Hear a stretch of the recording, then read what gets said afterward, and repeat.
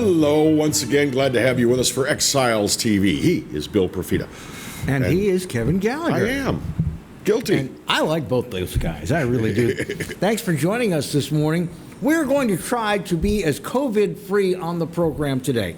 We realize it's still the big story facing all of us, but you know, we've had a lot of people, we've said ourselves, need a little bit of a break. Don't want to ignore it completely, but need a little bit of a break, don't you think? I heard just this morning on the way in, listening to news on the radio, that COVID fatigue and news fatigue is a very real thing. A lot of people are now telling pollsters and opinion takers that they're sick and tired of the news because it's all they're hearing about is, who's dead, who's on ventilators, how long should we wear a mask, should we wear a mask, should we not wear a mask. They're just getting tired of being inundated with COVID-19. Yeah, there is such a thing as too much information. Particularly, I know that all of this seems like it's unfolding very rapidly, but it really isn't. It really isn't. We're not going to know everything there is to know about this for a very long time. So we're going to do something a little out of character today. Give us all a little break. We're going to talk about sports, from the preps to the pros, with Kate Adams, former hostess of Sports Update with Kate. Seen right here on Pelican TV. And also, she is a public information person with LHSAA. And Kate was, at one time, the producer of our radio program as well. So we've got some history, and Kate's a good friend. And I think that her insights, especially in football, are pretty on target. And then political guru extraordinaire. Yeah, you don't know anything about sports, right? Which is probably a good thing. I've never claimed to be any kind of an expert on sports. So that's why we have Kate. Yeah, political guru Roy Fletcher joins us. Roy has handled candidates from the local level in St. Martin Parish all the way up to the federal level. And Roy is now watching the legislature about a bill that may change the way certain lawsuits happen, and it's drawing a lot of fire and a lot of ire. So we're going to talk to him about what's going on in the legislature today as well. Interesting. So, hey, quick sidebar. Is that a new blazer? I like it. It is somewhat new. I think I've worn it on the show once before. Thank you. It's nice. It's part of the spring-summer collection. I can't wait till some of these retail shops get back open, because I need to make some injections into the wardrobe. Especially, I could use a couple new blazers. If you watch the show with any regularity, it's like, which one is he wearing today, the blue one or the black one? And today's the brown one. But I need to get some clothing. And people say, well, you can order online. It's like, if I ordered online, I can't touch it. Yeah. I can't feel the density of the fabric. Is this thing going to be light enough to wear during the summer months? I can't try it on, and something like a blazer or a coat. I want to put it on. I want to wear it and see what kind of tailoring needs to be done. And I think you got to walk down the rack in your size and feel something, look at the color, slip it on, and see what it does for you. You know what we're gonna do? As soon as things get back open, take a cameraman and go shopping. We're gonna go to Dirty Dillard's. Oh, yeah. Is that still open? Well, they say they're going to stay open, yeah. Out at Cortana? Yeah. You hit them like they're open like 2 days a week? We always comment about how good looking Ted James is and how good his clothes are. Damn, he is. Dirty Dillard's. Yep. So, we have seen each other in there, and instead of doing this, we go, we're pretty smart. Yep. But there's no reason to do this when you're in Dirty Dillard's. There's no shame in saving money. Now, there are clothing snobs, though, that don't want you to know that they don't pay right at the top of the scale, Franz Borghardt, for their clothing. I thought it was great when Brian Trasher, who, again, very sartorial. Yeah, Brian always is dressed well. Even when he's wearing jeans, he looks terrific. And I was surprised when he said Nordstrom Rack. The beautiful shirt I'm wearing today came from Nordstrom Rack. Yep. But yeah, I mean, it's... But see, there are folks who out there, you just say Nordstrom, whether it's Nordstrom or Nordstrom Rack, and they're alienated because they would never dream of going to a store that's a fanfan name for them. You know what Nordstrom is still famous for? They will exchange anything, even if it didn't come from their store. That was one of their hallmarks when they first opened at the turn of the last century. Yeah, people would say, You bring us a suit you bought at Penny's, and you can bring them a tire, and they don't even have an auto care, and they will exchange it for something. You're joking. Now, they're not going to give you money, but you'll get a store credit you can use. Mm-hmm. That's their big claim to fame, that they will exchange anything. But now, I will tell you, the mainstream Nordstrom can be pretty pricey. We don't have one within 200 miles of here. Houston's the nearest one, huh? Yeah, I think so. But they also have great sales at the mainstream Nordstrom. But Nordstrom Rack, they, particularly ones in the big cities where they're great, big, huge Nordstrom Rack stores, you can get some good stuff and save some bucks. This, my friend, came from Nordstrom Rack in Chicago. I'm the kind of person that when I buy clothing, I like to feel it, touch it, try it on. And a lot of people are paranoid trying on clothing because who the hell else has had that on before them? You know, who's been sneezing on this rack? Exactly. I'd be more worried about touching the hangers. I'd be more worried about the door handle on the fitting room, really, than anything else. Eh. And I'm not worried about that. I'm just kind of putting it into perspective. There's ways around that. You just carry some paper napkins with you when you go to shop. There you go. Our first break, we're going to take that right now, and we'll be back. Lots more Exiles TV. Thank you for being with us today.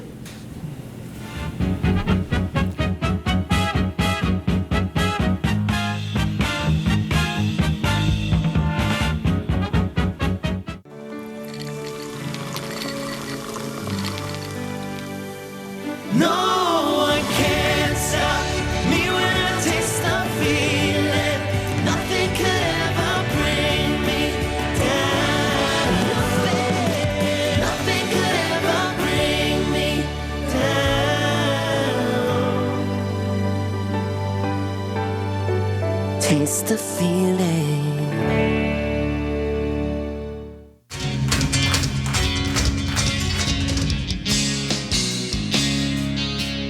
Hey now, give it your best, put the broken lies to rest.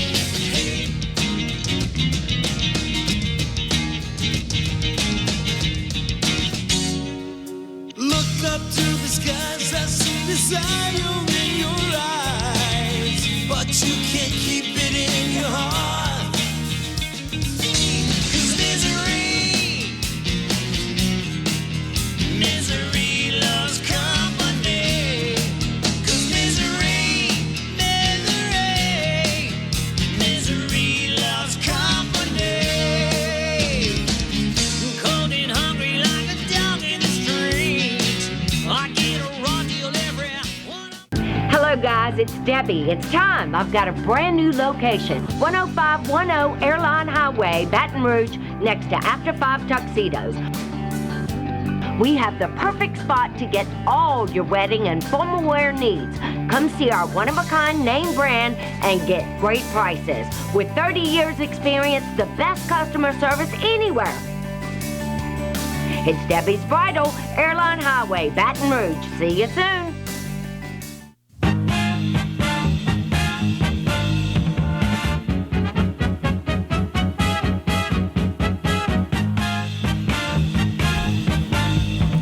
Hey, welcome back. It's Exiles TV with Bill and Kevin. Glad to have you with us. Question for you. Yo. When was the last time you ate at one of these mega buffets? Well, because it's been a long time since I've dined out. It's been a while since I've eaten at a buffet restaurant. But I used to love going to, well, right up the street here on Coursey Boulevard in Baton Rouge, there's a little place called the Oriental Pearl. Great, great Chinese food, or Asian food if you prefer. And there's a couple of Mexican buffets. I like going to buffets. That way I can pick as much as I want to eat. Yeah, I like looking at all the variety. I used to love the Pancho's Mexican buffet. And there was it's on College Drive. It's now a Mexican buffet, but it used to be a really high-end Chinese buffet. And I think it was called like China Pearl or something. But anyway, we may be saying goodbye to the buffet restaurant in our country and in countries all around the world. Think about it. What was it, 20 years ago? They said, we got to put these sneeze guards in because people are dripping over the food, remember? Right. And there have always been diseases that have been traced to buffets. Now, sometimes it's people bring in the disease. Sometimes it's that lettuce is sitting there for too long, you know, that kind of thing. But I saw an experiment they did in Japan, and it was to determine whether or not using longer sneeze guards and things like that would be helpful.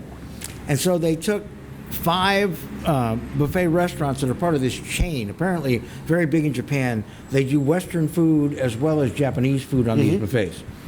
And they took 5 students who were volunteers, and they sprayed their hands with invisible white paint that only shows up under black light. Okay, so unless you've got it on ultraviolet light, you see nothing. You see nothing.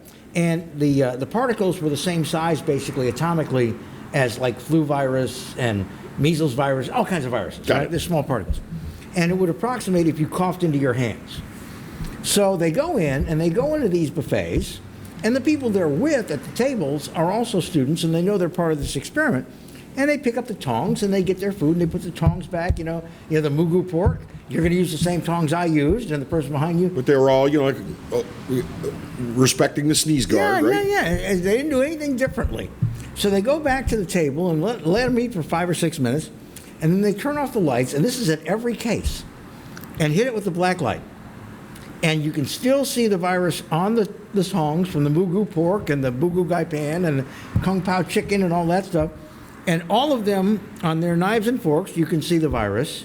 And then you start to see on their faces. And it's one woman, you know, she must have been a vigorous eater and wiper. She looked like she was in kabuki. She was totally white. And She had touched her face that much. oh, yeah. And, you know, I'm wondering, I mean, seriously, the restaurants have been opening for takeout service. Now we're going to have partial inside service starting tomorrow, right? Right.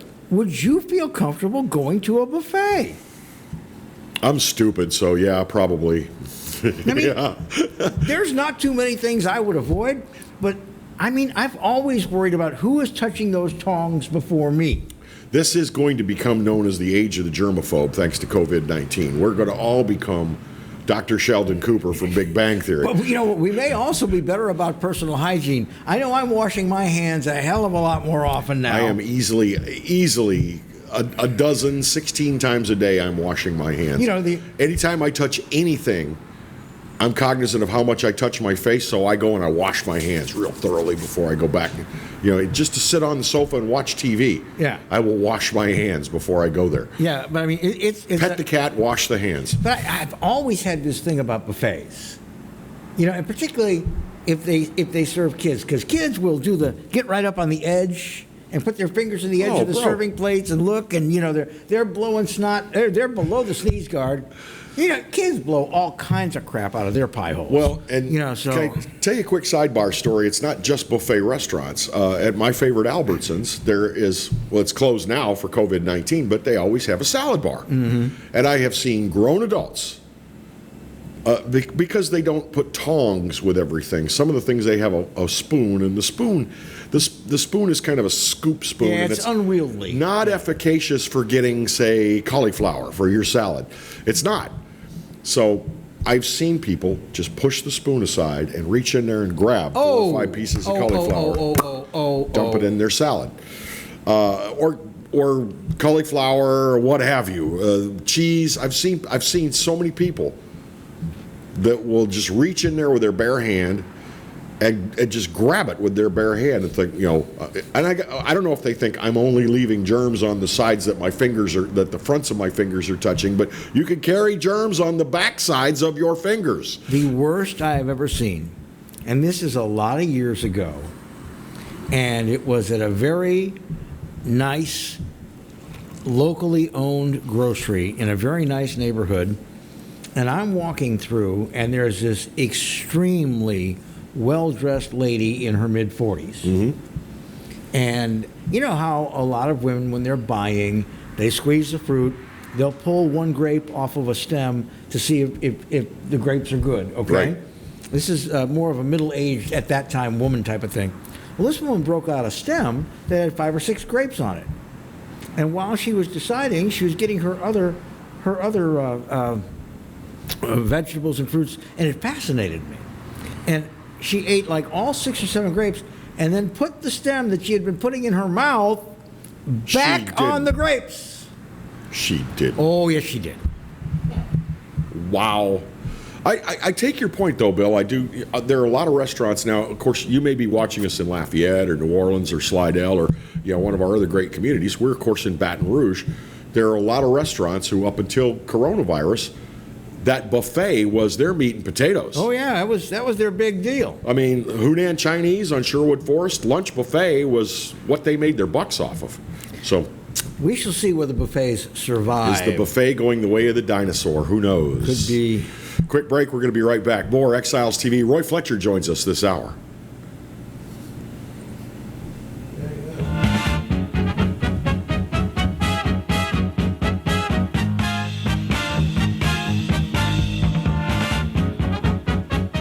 Hi, I'm Bobby Yarborough with Manda Fine Meats. Here at Manda, we know what the folks of South Louisiana love. They love great flavored smoked sausage, delicious deli meats, and specialty items like boudin and andouille sausage. Manda Fine Meats has been providing these products since 1947. We produce them right here in Baton Rouge, so you know you're always getting the freshest product at your local grocery store. Manda Fine Meats. Taste the fresh local flavor in everything we make.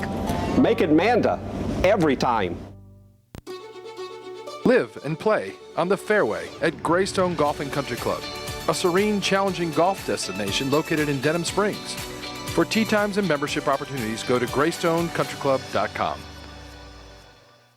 From appetizers, pasta dishes, and entrees, La Contea takes pride in preparing all the Italian cuisine we know you love. Enjoy live music every Thursday through Saturday from 6 to 9, happy hour weekdays from 3 to 6, and brunch on Sundays from 11 to 2, as well as dinner portion-sized lunch specials for under $10. Visit our website to view our menu and book a party or meeting in our large banquet room. Once you try La Contea, your Italian dining will change forever. Hi, I am Dr. Farrell Frugier Jr., and I am a general dentist at Frugier Family Dentistry. I was born and raised in Baton Rouge, Louisiana. I went to Catholic High School, LSU, and LSU School of Dentistry in New Orleans, where I received my DDS degree in 1986. I always have and will continue to be committed to continuing my education, to invest in technology which makes the diagnosis and delivery of dentistry more thorough, more comfortable, and more aesthetically pleasing. In our practice, we are here to serve the patients. We want to improve their quality of life and to develop relationships with our patients. In dentistry, we have a chance to impact lives on a daily basis, not just by doing dentistry, but by getting to know them and being a part of their life. We also believe in giving back to our community. So every year, we give back to the Greater Baton Rouge Food Bank, Toys for Tots, and Mary Bird Perkins Cancer Center. Please stop by and visit our office. We would love to take care of you and your family. For Total Home Pest Control, who are you going to call? Call the Bug Man, 923-BUGS. For total pest control for your home or business, call the original Salvat. Call the Bug Man today, 923-BUGS. Hello guys, it's Debbie. It's time. I've got a brand new location. 10510 Airline Highway, Baton Rouge, next to After 5 Tuxedos. We have the perfect spot to get all your wedding and formal wear needs. Come see our one-of-a-kind name brand and get great prices. With 30 years experience, the best customer service anywhere. It's Debbie's Bridal, Airline Highway, Baton Rouge. See you soon.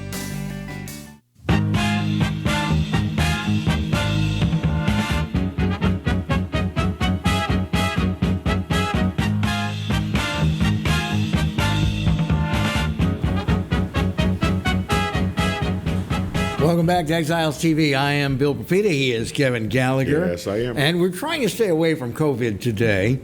Did you... But we were just talking about the demise of the buffet well, because yeah, of COVID-19. that's fairly tangential. And that is to be seen in the future. But did you hear that today they're going to start finally demolishing the Hard Rock in New Orleans? Well, it's been a while. Have you seen any of the photographs when... They had a man who was trapped in the rubble. Mm-hmm. His lower half was sticking out of the rubble. Yep. So basically a pair of legs dangling out of all that smashed building. There was no safe way, they said, to extract him from there without putting the guys who would extract his body in danger. So they covered it with a tarp.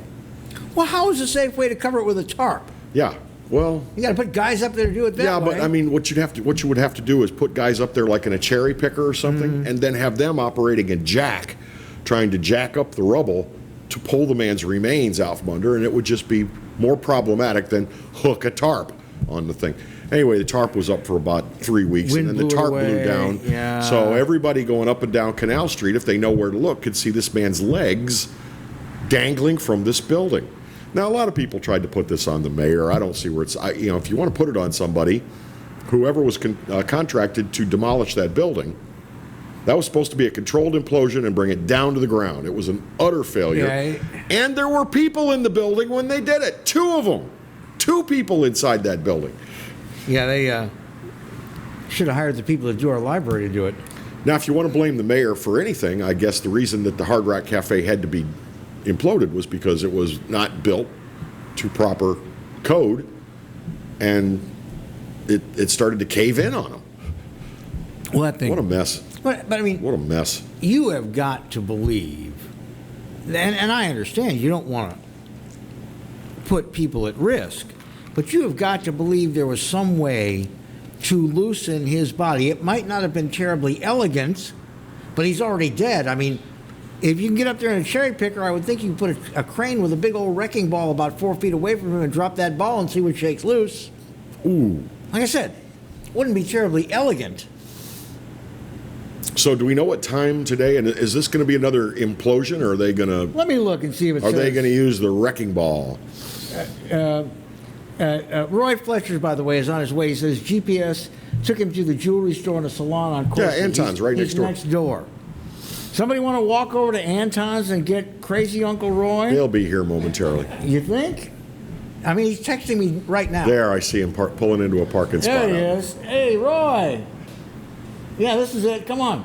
It's live television. Live television. Bill is literally with people that have very waving low to the IQs. man outside the window. I don't know if we want to have him on the show. He can't find his ass with both hands. But let's talk to him about his expertise. Oh my God! Nah, just kidding. He's never been here before, so But anyway, we're talking about the Hard Rock. Let me see when they're going to start today. Are they? Yeah. My question is this going to be another explosive demolition, or are they just going to set about tearing at it with wrecking balls, et cetera, et cetera? They are going to do the demolition on 3 buildings adjacent to the collapse site starting today. The fire department of New Orleans announced an emergency declaration to demolish the building, and all of it will be done before the beginning of the week. But as I said, I think we're long past this. With there's 2 bodies in the rubble, right? Right. There's one that's visible. One is not visible. The man's lower half is visible. I mean, these families know that they know that they're in there, and the one family, knows that the bottom half of his body is visible from the street. I'm sorry, I could not, if I were the responsible party, if I were the fire commission, if I were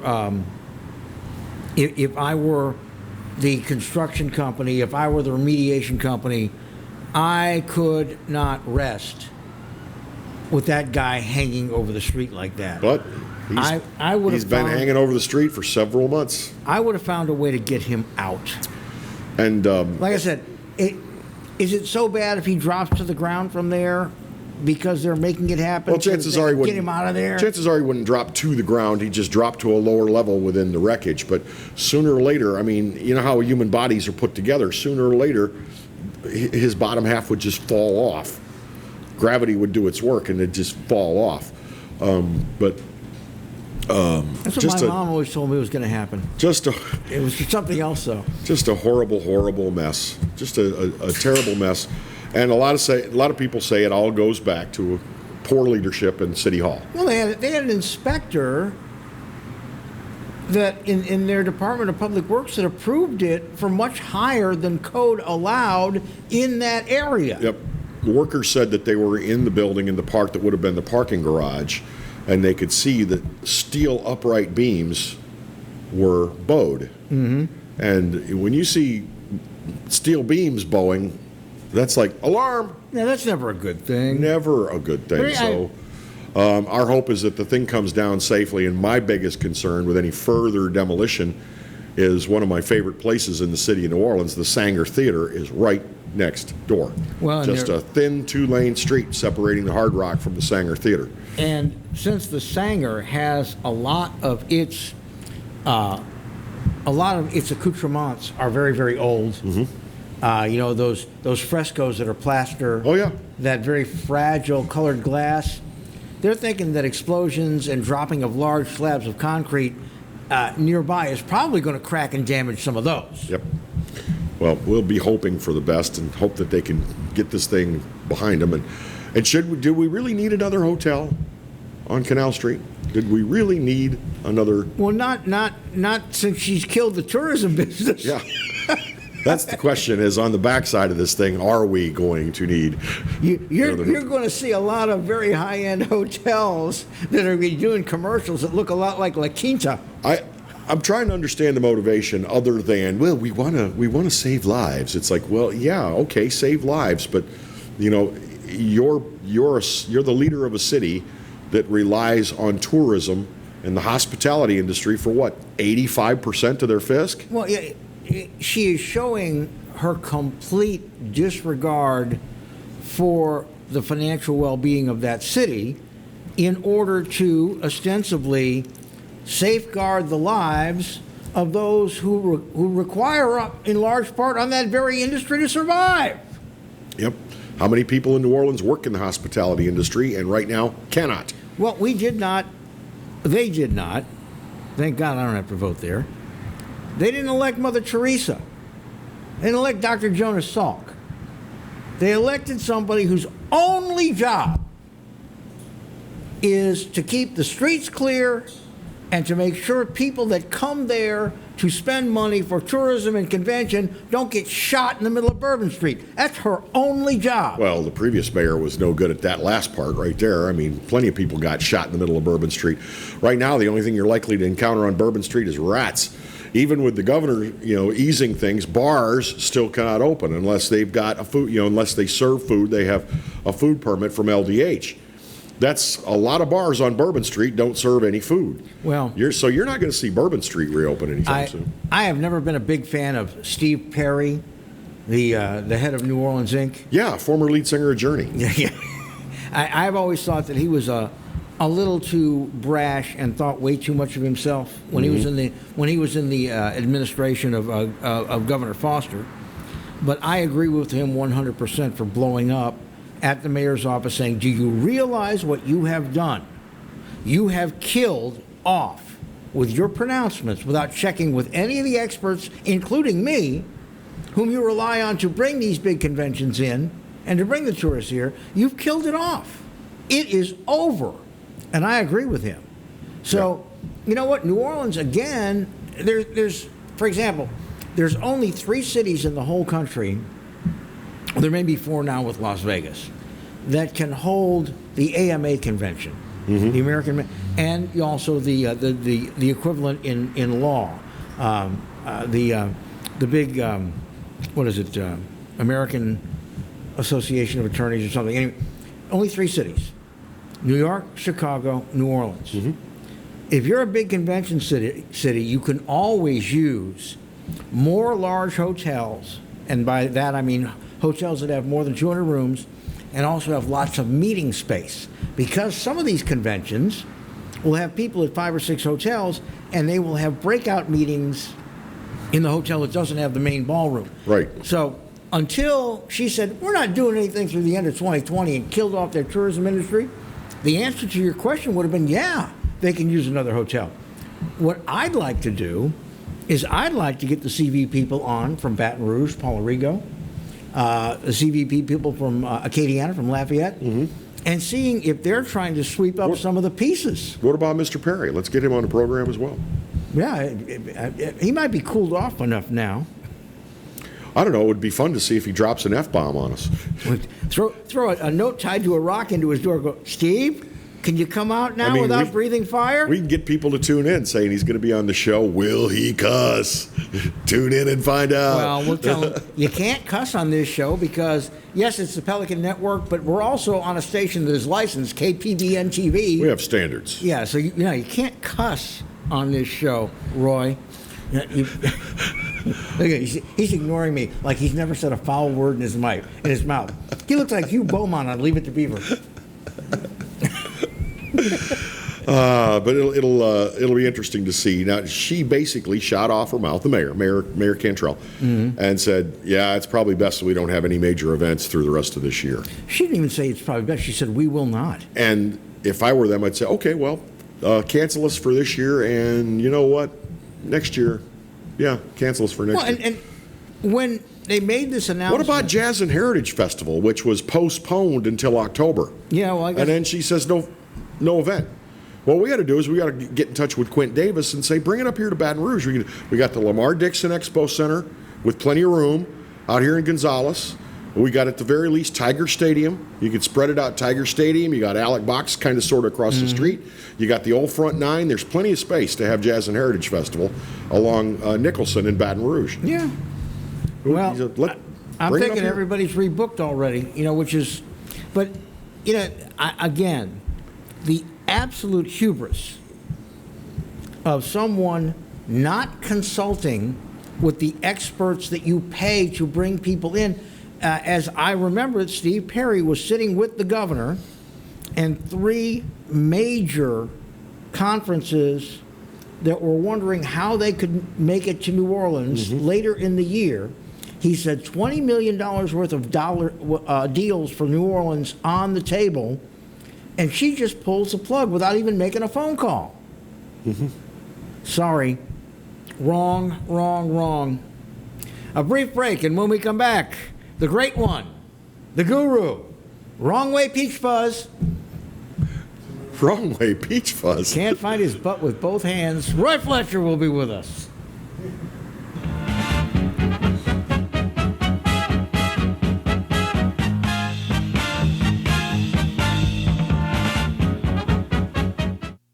That's right, the Clarence Buggs Show is back, along with the Exiles, Bill Profita and Kevin Gallagher. We've put the band back together, South Louisiana's talk team, and it's only on the Pelican. 10 a.m. till 12 noon, right here on the Pelican.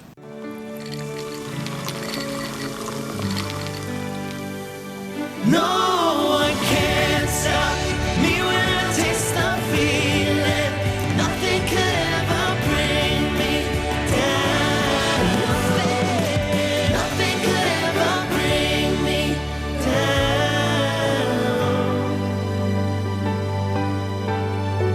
Taste the feeling.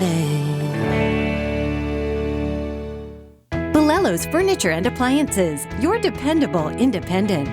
Depend on us for service, for selection, for price.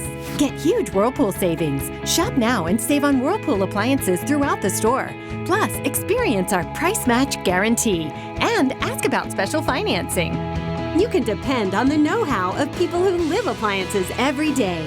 Bolello's Furniture and Appliances, your dependable independent with nationwide buying power.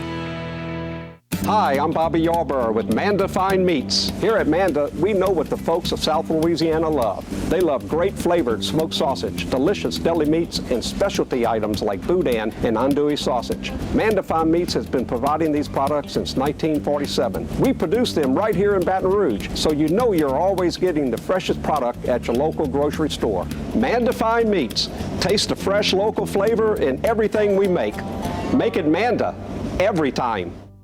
Hello guys, it's Debbie. It's time. I've got a brand new location. 10510 Airline Highway, Baton Rouge, next to After 5 Tuxedos.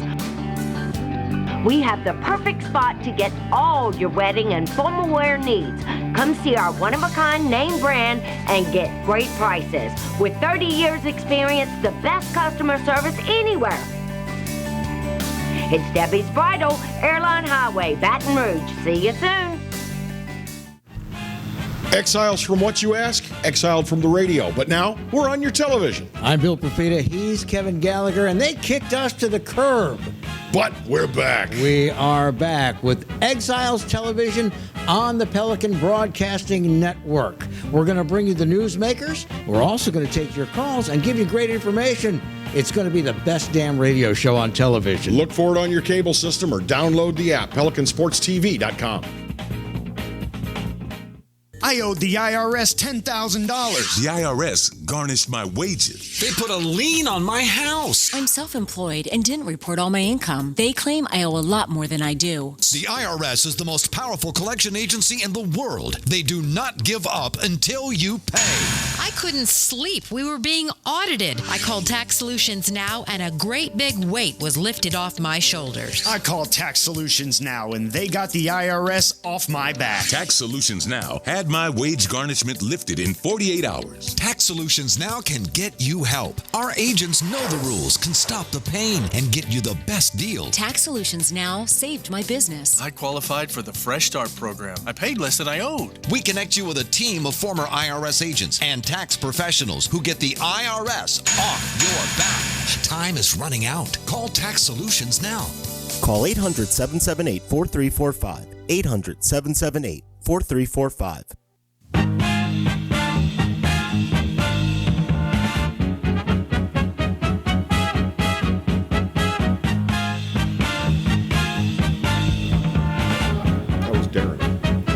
Hey, we're back. Exiles TV. I'm Kevin Gallagher. Bill Profita joining us at center screen is our good friend, political analyst, Roy Fletcher. Everybody just take a second.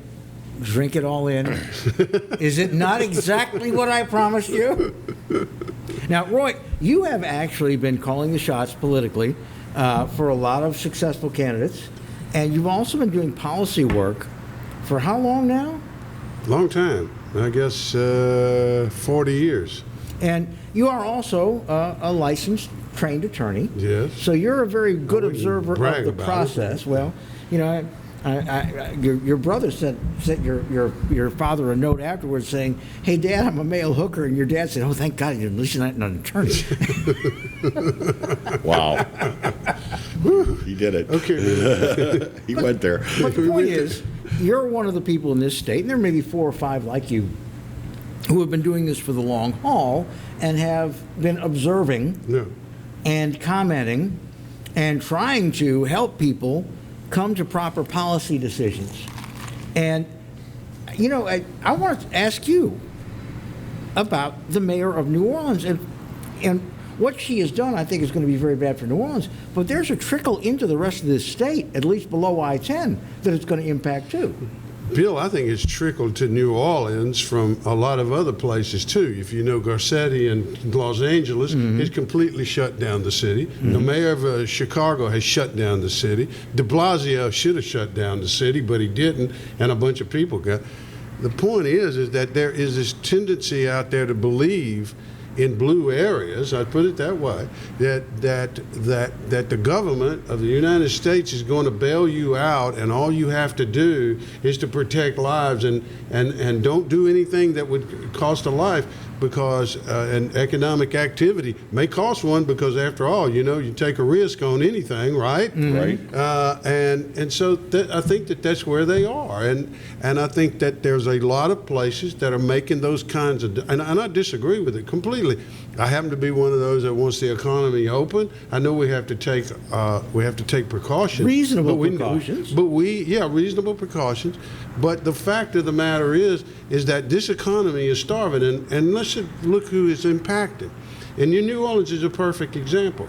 I read yesterday, the economy is contracting like it is, and the inequality in America is growing dramatically, and the reason why is that low-income workers and income workers in the middle range are getting hammered. They're hurt the worst. And what are we talking about in New Orleans in terms of the hospitality and convenience and all of that kind of industry? We're talking about the people who work in restaurants. We're talking about people who work in hotels. We're talking about exactly what what I'm talking about. Cab when I drivers, say that. rideshare drivers. Yes, absolutely, all of it. Yeah. And so Stephen Perry is right about that, 100%. But I mean, I don't think the mayor wanted to talk to anybody.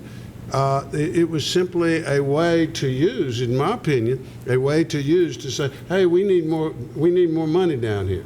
And not to the governor, because the governor don't have any, because he's up there with Trump going, hey, we need some more money in Baton Rouge, because you know what the governor's faced with? $1 billion or more. And guess what he's going to have to do? Either get the money from Trump or go raise taxes on who? If I may opine a little bit about Mayor Cantrell, she used the fact that people in the know about the hospitality industry, the convention business, things like this, were pressuring her to get some sort of return to normal underway. Her reaction was a press conference saying, "I will not be bullied." In other words, she made herself seem like some kind of victim in this thing. Yeah, well, experts were buzzing in her ear. Please, we got to get going. Look, I mean, she could argue. It would have been a better argument if she said the health experts are telling me, and the hospitality. So I'm going with the health bit. But she didn't do that. But you mentioned some other mayors who I think have been, let me put it this way, bungled. Lori Lightfoot in Chicago. Gil Garcetti in Ed Garcetti in Bill de Blasio. Bill de Blasio. Bill de Blasio. And none of them said forever. Yeah, stay out. Why on earth did she feel she needed to say for all of 2020? She has put those people out of a job she put them out for business. 9 months minimum. She put the city out of the business. That's stupid. Yeah, it's completely ignorant or whatever. Now, none of the other mayors have said that, have they? No, Garcetti said we're shutting down L.A. for 3 months, period. I mean, he's talking about not opening L.A. until they have a vaccine. I mean, are we insane? We may never have a vaccine. We know that there's a vaccine and test, but will it work? That's the point. And the point is that policymakers has to put the notion that there has to be a balance and there has to be an economy. And right now, all we're doing, it looks to me like around the country in certain places, is saying, oh, hell with it, Uncle Sugar will print some more money. Uncle Sugar being the federal government. And we have a bill in Congress now by Pelosi of $3 trillion. And they want to spend more after that. And by the way, have you read the bill or any part of it? I got through about page 86. It is laden with pork. Yeah, and there's only 1,800 pages in there, so you have a little more reading. Well, and this morning, the Republican leadership in the House said, not this bill, this one's dead on arrival. Well, I think John Kennedy said dead as fried chicken. Yeah, in the Senate. But the problem is it's going to get through the House. That means the Senate's got to negotiate with the House, which means that, guess what? That bill may be dead on arrival, but there may be another one that rises from it like the Phoenix. Well, and this is part of the game, too. This is everybody's playing Texas Hold'em, and they're all waiting until they see the flop. But the philosophy is that you must take care rather than, I mean, you have to, you can't have a balance. That's the way it feels right now. You can't have a balance. And I think that's one of the reasons why so many people are making the case to end these shutdown orders. Okay, we know what we're doing. We know how to do what we have to do reasonably. Now, please get out of our way. I think that Stephen Wagasback from LABI said the most reasonable thing I've ever heard. And he talked about LABI has been part of a task force that's in the legislature to get us back reopened, not part of the governor's task force. But he said that they have been tracking 2 very large hardware and building materials companies that have multiple locations in Louisiana and are headquartered in Louisiana. Pretty sure that one of them would be Stein Lumber, would be my guess. Yes. And the other one I'm not sure about. But here's what he said. He said between the 2 of them, they have over 1,100 employees. One of them has 700 employees. But they're doing it right. They're taking precautions. They're enforcing that their employees don't get too close to customers. They're doing it properly. They're wearing PPE where it's necessary. And they have only had 4 cases confirmed by testing out of all these employees. And And I think, if nothing else, it shows that if you want to do it properly, you can do it and keep people safe. Absolutely. You can strike this balance. Yes, absolutely. But see, governments in general, and I think that there is a red-blue component here, Roy. No question. They don't. Some governments don't trust us, business, to do what's smart. No, they think that we've got to be told. We've got to be under a mandate. And remember, when this all started, there was certain people who come out, public officials, saying this gives us a chance to dramatically change America.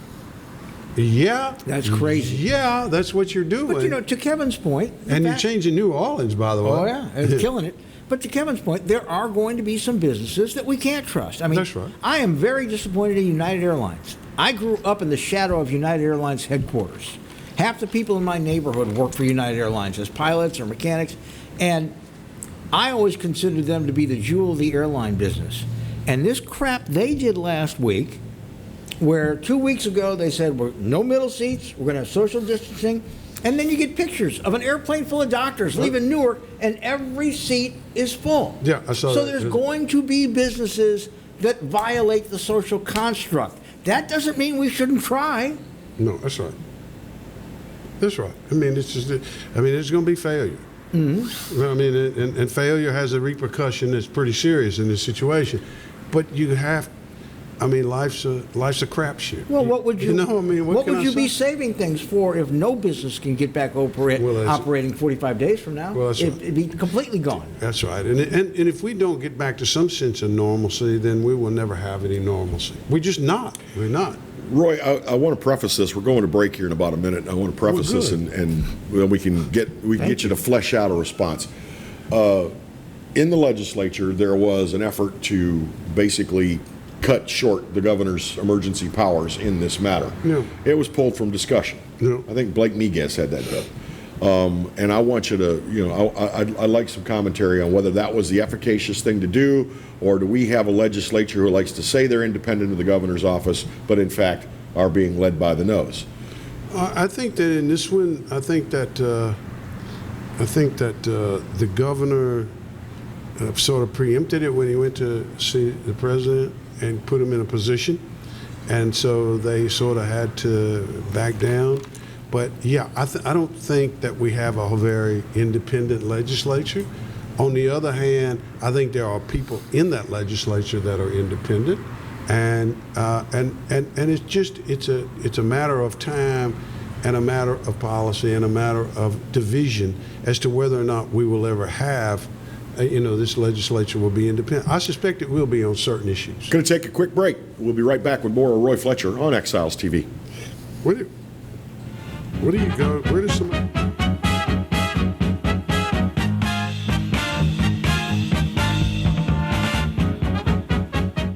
For Total Home Pest Control, who are you going to call? Call the Bug Man, 923-BUGS. For total pest control for your home or business, call the original Salvat. Call the Bug Man today, 923-BUGS.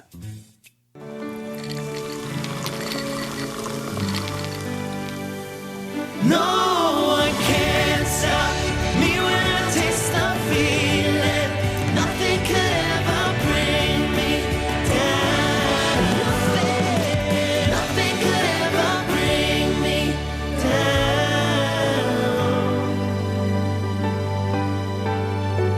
Taste the feeling. Hi, I am Dr. Farrell Frugier Jr., and I am a general dentist at Frugier Family Dentistry. I was born and raised in Baton Rouge, Louisiana. I went to Catholic High School, LSU, and LSU School of Dentistry in New Orleans, where I received my DDS degree in 1986.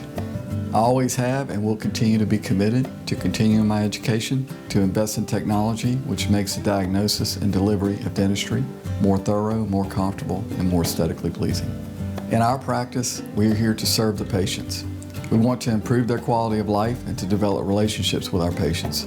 In dentistry, we have a chance to impact lives on a daily basis, not just by doing dentistry, but by getting to know them and being a part of their life. We also believe in giving back to our community. So every year, we give back to the Greater Baton Rouge Food Bank, Toys for Tots, and Mary Bird Perkins Cancer Center. Please stop by and visit our office. We would love to take care of you and your family.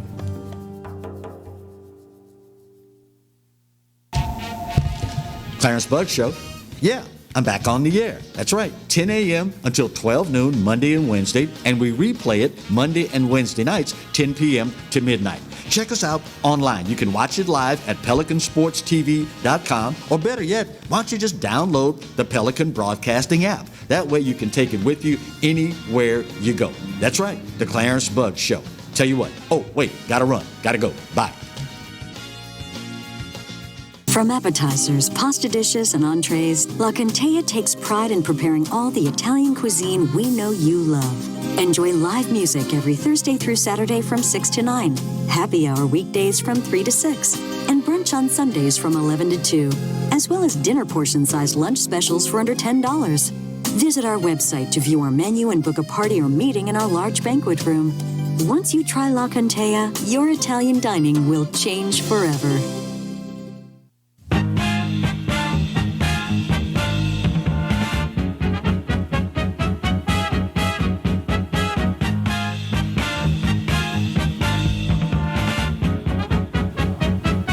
Welcome back to Exiles TV. Glad to have you along with us, Kevin Gallagher, Bill Profita, and as we lovingly call him, Crazy Uncle Roy in the center. Crazy Uncle. Political We say that guru with love, and consultant. We do. We say that with love. Roy Fletcher. Don't you just love Kevin's hair? That is gorgeous hair. Isn't it Don't you gorgeous wish you hair? had hair like that? I do. Don't I wish I had hair? Yeah, don't you wish you had? Okay, Kevin, I'm sorry. I haven't had a haircut in 3 months. I'm on 2, and 3 I'm months. enjoying it, man. You're going back to the early 80s. Yeah, I'm going back to the early. Hey, Yeah. I might go back to disco. Kevin got offered an audition for the remake of Highway to Heaven, playing the Michael Landon There part. you go. Yeah, and also the Saved by the Bell reunion. They couldn't get Zach, so they asked me, could I bring the mullet and There be you Zach? go. For, Very nice. That's good hair. Nobody ever disputes that that's Very great hair. nice. Very nice. back to the topic that we broached right before the break, and we don't need to stay on it very long, but I'd like to. Governor Edwards looking at, seeing that the legislature pulls a bill that would limit his emergency powers. Now, I got to admit a little ignorance because I haven't read Blake Miguez's bill.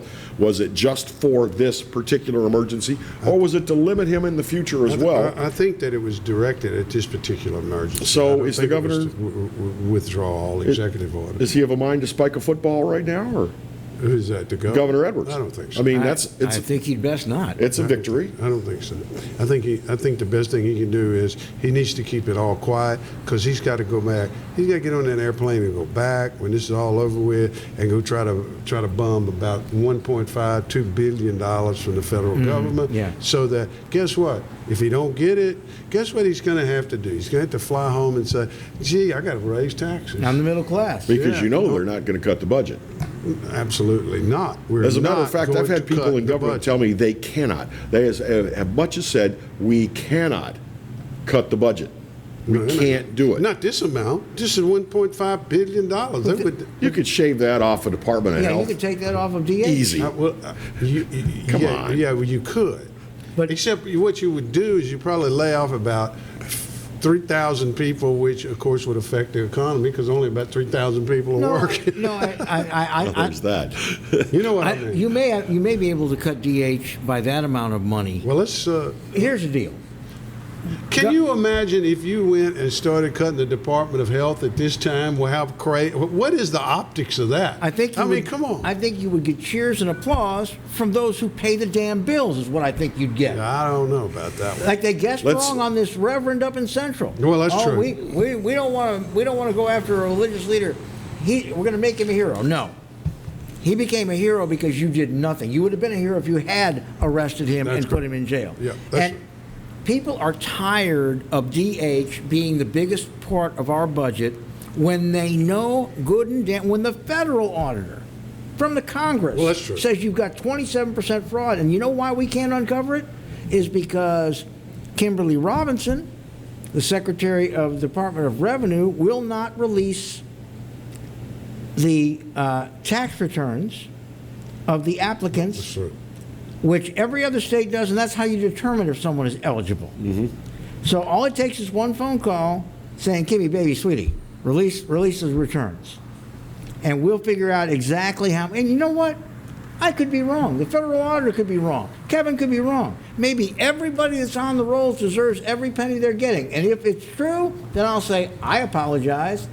But we all know that one of the greatest sources of fraud in any state in this nation is their Department of Health and their Medicaid department. We do. Second only to their food stamp program. We do. I got nothing to contribute there. I need a drink. I have nothing to contribute. Reverend.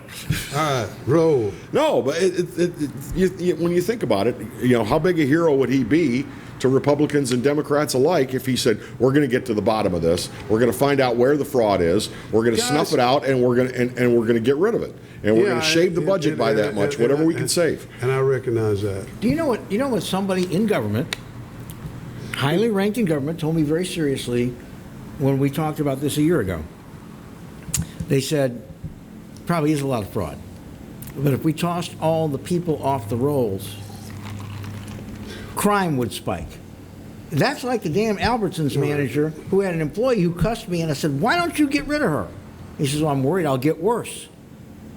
Worse than this? If you are worried that crime will spike because you take fraudsters off the rolls for Medicaid support, we are in worse shape than I've ever imagined. If that's your we may worry. very well be in worse shape than you've ever imagined.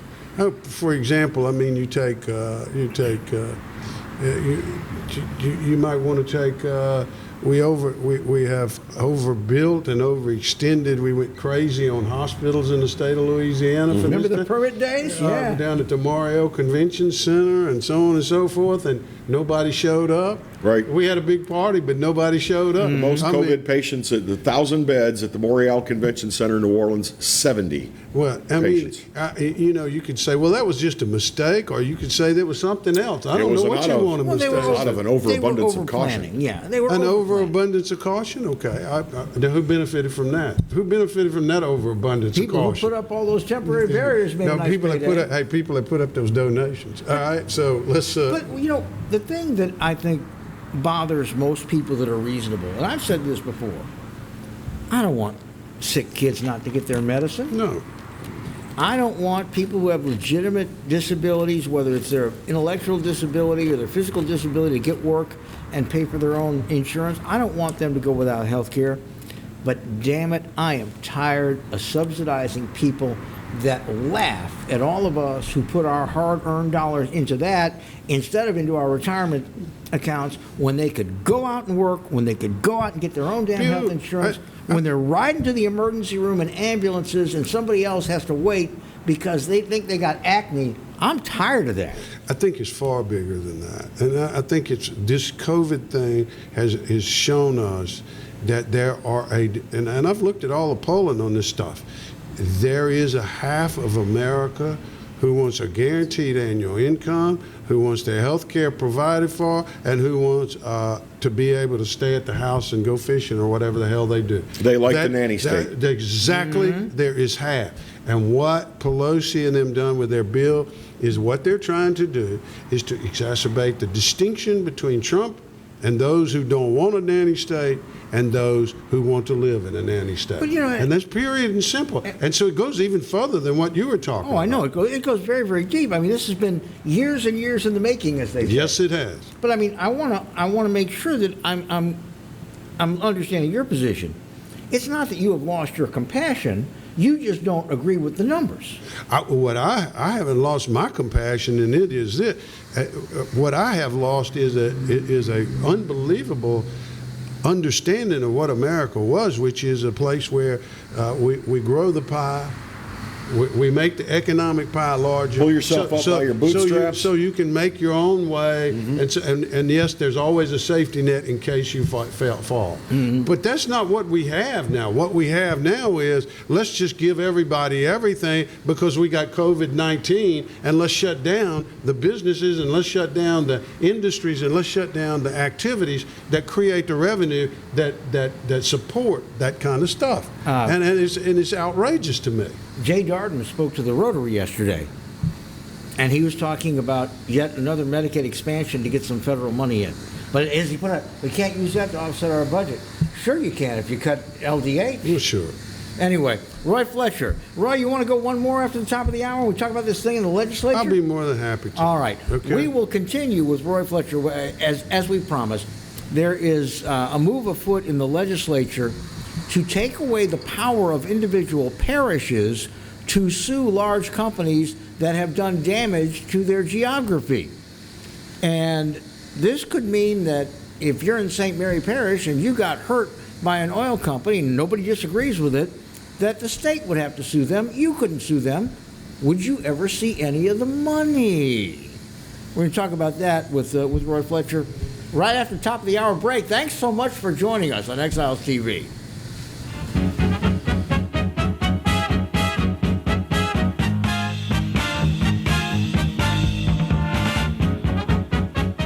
Bellelo's Furniture and Appliances, your dependable independent. Depend on us for service, for selection, for price. Get huge Whirlpool savings. Shop now and save on Whirlpool appliances throughout the store. Plus, experience our price match guarantee and ask about special financing. You can depend on the know-how of people who live appliances every day. Bellelo's Furniture and Appliances, your dependable independent with nationwide buying power. From appetizers, pasta dishes, and entrees, La Contea takes pride in preparing all the Italian cuisine we know you love. Enjoy live music every Thursday through Saturday from 6 to 9, happy hour weekdays from 3 to 6, and brunch on Sundays from 11 to 2, as well as dinner portion-sized lunch specials for under $10. Visit our website to view our menu and book a party or meeting in our large banquet room. Once you try La Contea, your Italian dining will change forever. Exiles from what you ask? Exiled from the radio. But now, we're on your television. I'm Bill Profita, he's Kevin Gallagher, and they kicked us to the curb. But we're back. We are back with Exiles Television on the Pelican Broadcasting Network. We're going to bring you the newsmakers. We're also going to take your calls and give you great information. It's going to be the best damn radio show on television. Look for it on your cable system or download the app, PelicanSportsTV.com. Hello guys, it's Debbie. It's time. I've got a brand new location. 10510 Airline Highway, Baton Rouge, next to After 5 Tuxedos. We have the perfect spot to get all your wedding and formal wear needs. Come see our one-of-a-kind name brand and get great prices. With 30 years experience, the best customer service anywhere. It's Debbie's Bridal, Airline Highway, Baton Rouge. See you soon.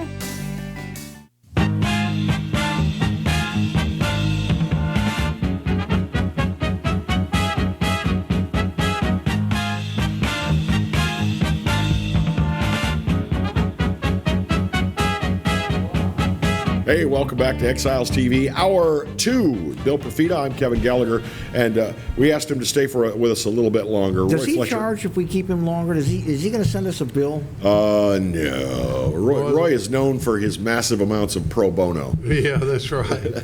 He's known for his massive amounts of something. I don't think it's pro bono. Some people... Pro bono, yeah. Some people are aware that Roy and I do a radio program. Well, actually, Roy does a radio program. I just kind of... what would you say? A Greek chorus chime in? I ask the questions that. You're not Snerdley. You're his. Yeah, I'm Bo Snerdley. No, that's you're what it is. Regis Philbin to his Joey Bishop. Roy's program Fletch Nation is heard on about 9 radio stations across the state of Louisiana. So check your local listings with your radio station, your talk radio station, for Fletch Nation, and give it a listen. Let's talk a little bit about this bill that it's controversial. You and I have already taken some heat on the Fletch Nation Facebook page. I believe Senate Bill 359 something like that would take away power from parishes to sue, well, large companies, but I think it's presumably aimed at the energy industry, oil and gas, for ecological damages done to their parish. Yeah. And put that solely under the purview of the state. Yeah, let me preface it by saying that I've worked on this for a long time for those people who are on the position of the parish as being allowed to do it. So I want to make that very clear. I'm not a, how would you say? Indispassionate. Yeah. That's correct. You're disclaiming. Yeah, I'm just saying. You know, I made some money off of this. Okay, let me just be very blunt about it. But. In 1978, Louisiana passed what they call the Coastal Zone Management Law. And what it did was it required state permits for certain activities, production activities, exploration activities along in that coastal area, because even back then they recognized the sensitivity of it and the ecological importance of it. And nothing was ever really done with it, and a lot of times permits were not given, or permits, the obligations of the permits, you know, that when you got the permit, there were certain obligations to clean up and so on and so forth, or not to destroy, or whatever the case may be. Well, those are sort of ignored like a lot. So finally, a bunch of parishes in, I think 2013, 2012, something like that, started to get together and say, to hell with this. We have a right under the Coastal Zone Management Law to enforce these permits, the obligations of these permits. And in fact, the federal court in New Orleans ruled that these parishes have the right to sue under the Coastal Zone Management Law for the cleanup of these ecological problems. What are the problems? The problems are, as you can look at the coast of Louisiana and you see the canals that have been dug through, and so they are obligated to keep up the banks. They're obligated to keep up all of that infrastructure that the permits allowed them to do. They were required, because if you don't, you get saltwater intrusion. You get all kinds of things going on. They were also required to clean up after you drill and so on and so forth. Well, the argument is they didn't. And the fight is that now you're going to clean it up, and these parishes are going to make you clean it up. Well, comes along, and the parishes start winning in courts, and they start to get the right to get this all in line to do this. They've spent some $9 million, and they've assigned attorneys to do it. And the attorneys are working under no contingency fee contracts, okay? No contingency fee contracts. And so all of a sudden, somebody comes along, like the oil companies, and says, wait, these people are being successful. Well, we better get this back to the state where we can control it. Because these local parishes are they're not exactly controllable. Well, I'm guessing the suits are also being heard in the parish where they originate. It could be.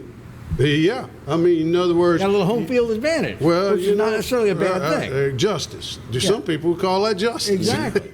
Yeah, the jurisdiction in which the crime was committed. Yes, exactly. I believe in that. Venue. That's exactly right.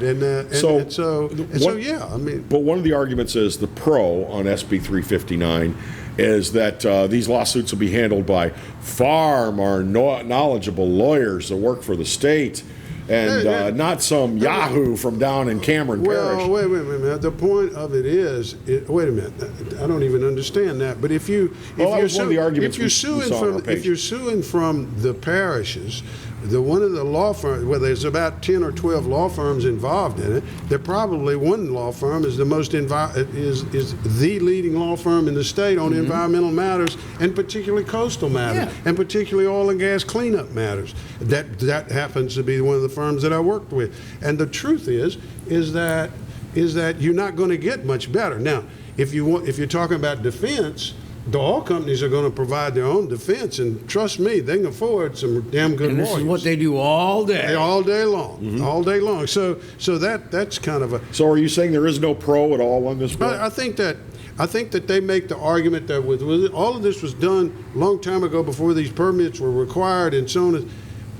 There is, when you create a mess, and there is a moral obligation to look at it, and you can find records that say, oh, don't worry about that, we just got to get the money and make this money off of this oil and get out of that.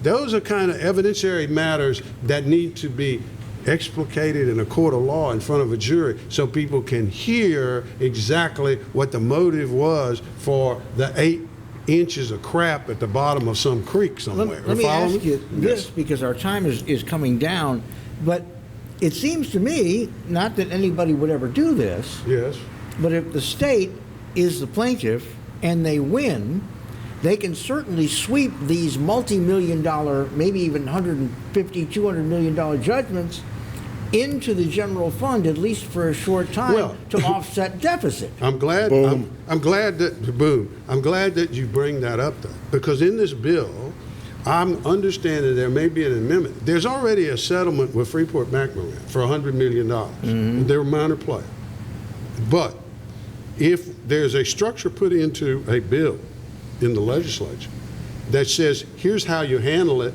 and it will not go to the state, it will go to the parishes, and it will only go to restoration, then you might have something that may, in fact, save the coast of Louisiana. Now, just so I can clarify for everybody, and Kevin, I think I know where you're going with this, but help me out.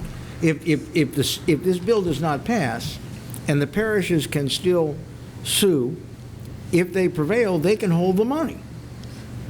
The registry of the court would hold the money, and the parishes would be able to dispense the money only for, however, that's a part of the agreement, the settlement agreement, only for restoration and reconstruction projects and so on and so forth. Now, and there is some other provisions in the Freeport settlement that provides for the way the money would be handled and accounted for, and there would be oversight of. But the truth is that you need that in state law, so that if the parishes continue on and they are allowed to, and they do win these cases, that we know how the money's going to be handled. Now, the people that were taking us to task in response to the radio program were saying, why do you want to kick an industry that is on its ass right now? Why do you want to kick them when they're down? Well, I think that's a really good question, and the answer to that is that nobody foresaw the COVID-19 crisis when they passed the Coastal Zone Management Law in 1978. Exactly. Nobody foresaw in 2013 when these parishes finally said, we've had enough and we want it cleaned up, and y'all not doing it at the state level, and that's what they forget. At the state level, if the state was so damn good, the coast would have been cleaned up 25 years ago, right? That would fall under DNR, right? Yeah, I mean, DNR, DQ, and whatever else. LDWF and CPRA. Well, the CIA and the BBC. Okay, but the point of it is that if the state is so damn good at that, then why wasn't the coast cleaned up? Why did these parishes have to finally go, we're going to do this? Yeah, Kevin, that's, you make a point that is going to infuriate me almost as much as LDH. Nobody is trying to kick the oil industry. The state of Louisiana and its citizens have been very supportive of the oil industry, and we understand how many jobs they provide. Yes. But the fact of the matter is that this is akin to saying, don't sue me because my industry has been adversely impacted. Well, no, you get sued for your bad actions no matter what. Right, and then however long it takes for that lawsuit to get run through the system, whatever happens in the atmospherics is not the person who's litigating's fault that happened to you in the atmospherics. I mean, it just happened. I mean, it's the way it is. I'm reminded that on our old radio show, Foster Campbell, on more than one occasion, mentioned this same topic and holding the energy industry to some kind of standard. And he said they promised to clean it up. They never have.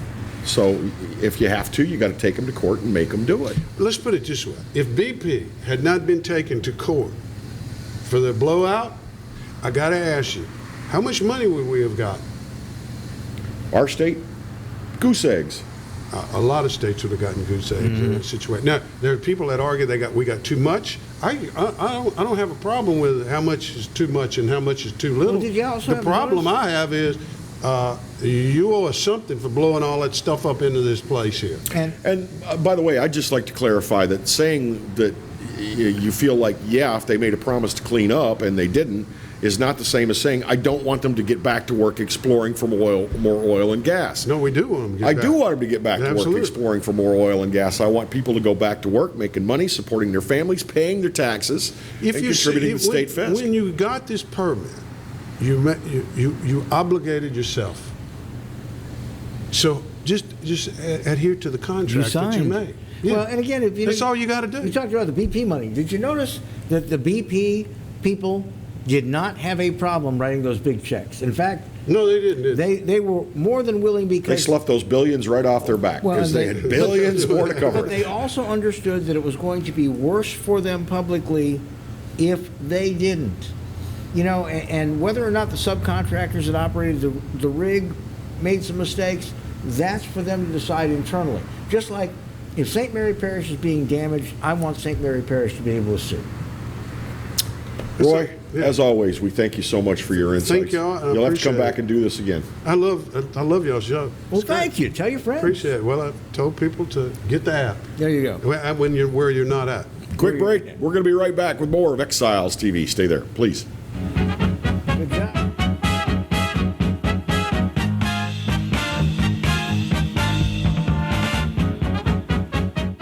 Hello, guys. It's Debbie. It's time. I've got a brand new location. 10510 Airline Highway, Baton Rouge, next to After 5 Tuxedos. We have the perfect spot to get all your wedding and formal wear needs. Come see our one-of-a-kind name brand and get great prices. With 30 years experience, the best customer service anywhere. It's Debbie's Bridal, Airline Highway, Baton Rouge. See you soon.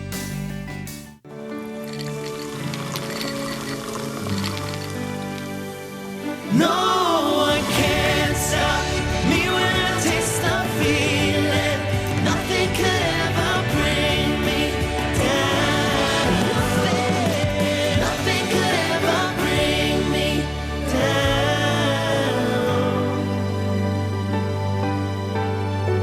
Taste the feeling.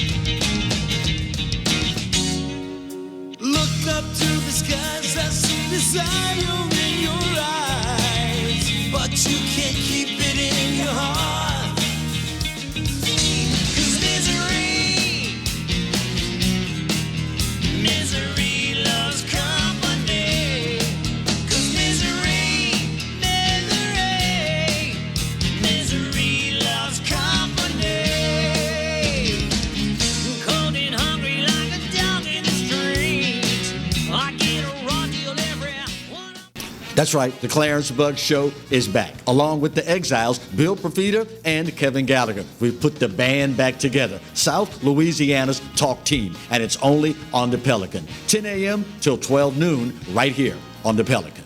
Hi, I'm Bobby Yarborough with Manda Fine Meats. Here at Manda, we know what the folks of South Louisiana love. They love great flavored smoked sausage, delicious deli meats, and specialty items like boudin and andouille sausage. Manda Fine Meats has been providing these products since 1947. We produce them right here in Baton Rouge, so you know you're always getting the freshest product at your local grocery store. Manda Fine Meats.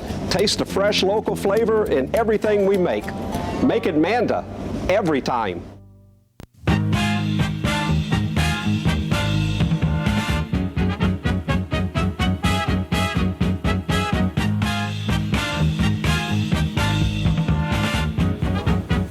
Welcome back to Exiles TV. I'm Bill Profita. He's Kevin Gallagher. Glad to have you with us. I want to remind you that you can download the app. In the App Store, it is Pelican Broadcasting. It is a very quick download, so you can have Kevin in your pocket wherever you go. You can also watch us on YouTube. I've never been in anybody's pocket before. I don't know about that. But the YouTube goes up, generally speaking, about 4 hours after we're done with this, and this is a live broadcast. And every time we're on live, there's also a replay at 10 p.m. To midnight on the days that we are live. So there's lots of ways that you can catch us, and also tell your friends that they ought to give us a look, and maybe they'll be part of the regular live audience. And there are bonus replays on Saturdays and Sundays in the middle of the day. So check your local listings for Exiles Curbside delivery just for you. This lovely lady, this is kind of a reunion of sorts. Kate Adams, you may remember her from Sports Update with Kate, and she was also the producer of our radio show for quite some time. And we looked to Kate for her insights on football during the football season, and we thought we'd get you on the show and talk about where football's going to be this fall. Yeah, from prep to pros, everybody's kind of in flux. So what's the crystal ball telling you? Well, first of all, I'm so honored to be back here with you guys, and I just enjoy you guys' company all the time, and it's great to see you.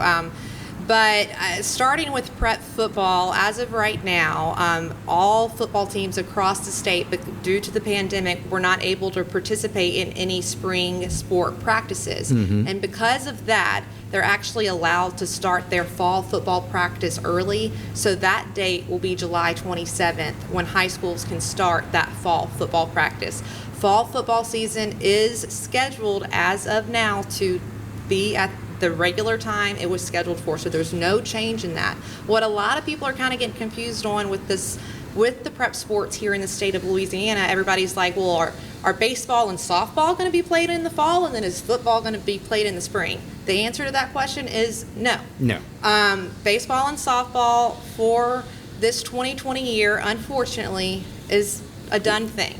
And football and the rest of fall sports will continue to be on track, but it's so unfortunate for those seniors, because a lot of seniors, sometimes it's their senior year when they get the opportunity to get on that field and play, and they've waited all those years to do that, and you hate it. But none of us were expecting this pandemic to come, and most importantly is everyone's safety. Well, what about the scholarships? There are a lot of colleges now that are really amping up their softball programs.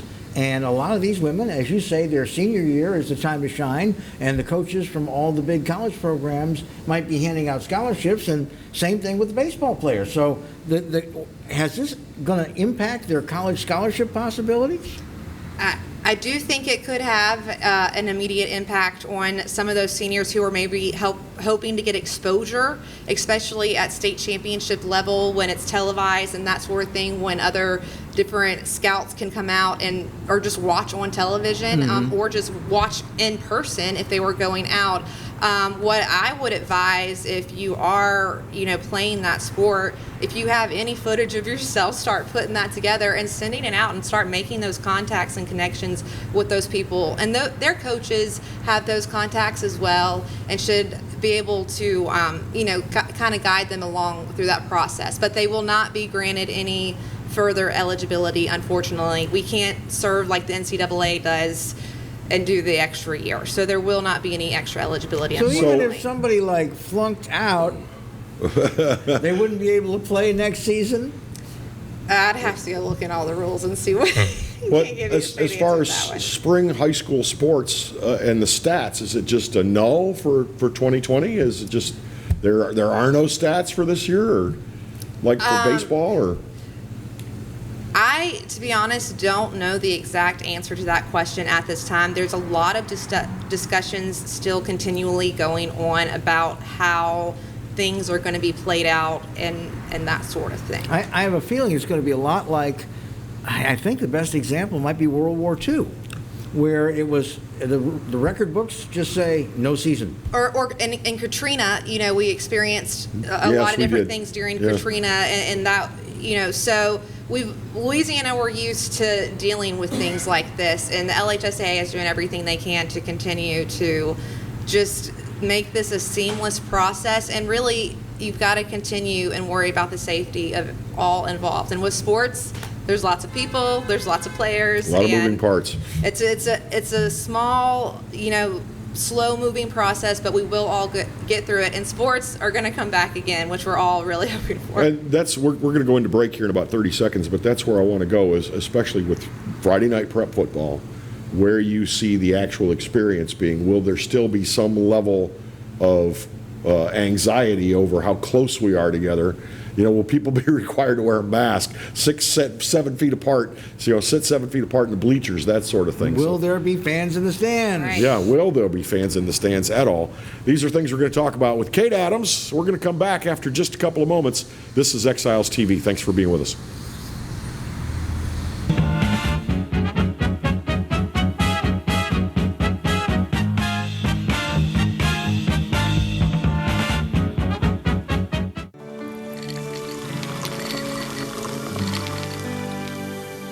No one can stop me when I taste the feeling. Nothing could ever bring me down. Nothing could ever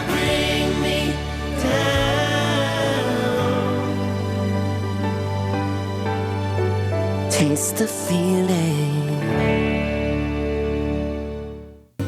Hi, I am Dr. Farrell Frugier Jr., and I am a general dentist at Frugier Family Dentistry. I was born and raised in Baton Rouge, Louisiana.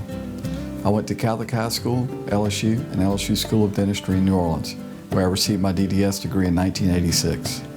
I always have and will continue to be committed to continuing my education, to invest in technology which makes the diagnosis and delivery of dentistry more thorough, more comfortable, and more aesthetically pleasing. In our practice, we are here to serve the patients. We want to improve their quality of life and to develop relationships with our patients. In dentistry, we have a chance to impact lives on a daily basis, not just by doing dentistry, but by getting to know them and being a part of their life. We also believe in giving back to our community. So every year, we give back to the Greater Baton Rouge Food Bank, Toys for Tots, and Mary Bird Perkins Cancer Center.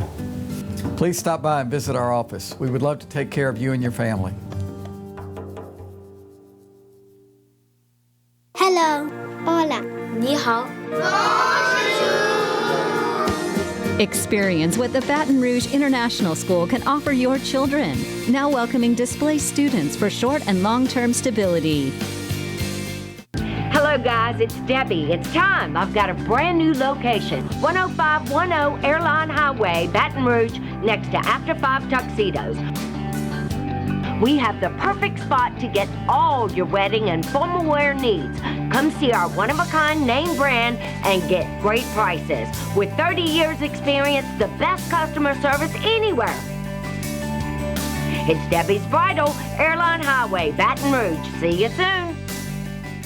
Hi, I'm Bobby Yarborough with Manda Fine Meats. Here at Manda, we know what the folks of South Louisiana love. They love great flavored smoked sausage, delicious deli meats, and specialty items like boudin and andouille sausage. Manda Fine Meats has been providing these products since 1947. We produce them right here in Baton Rouge, so you know you're always getting the freshest product at your local grocery store.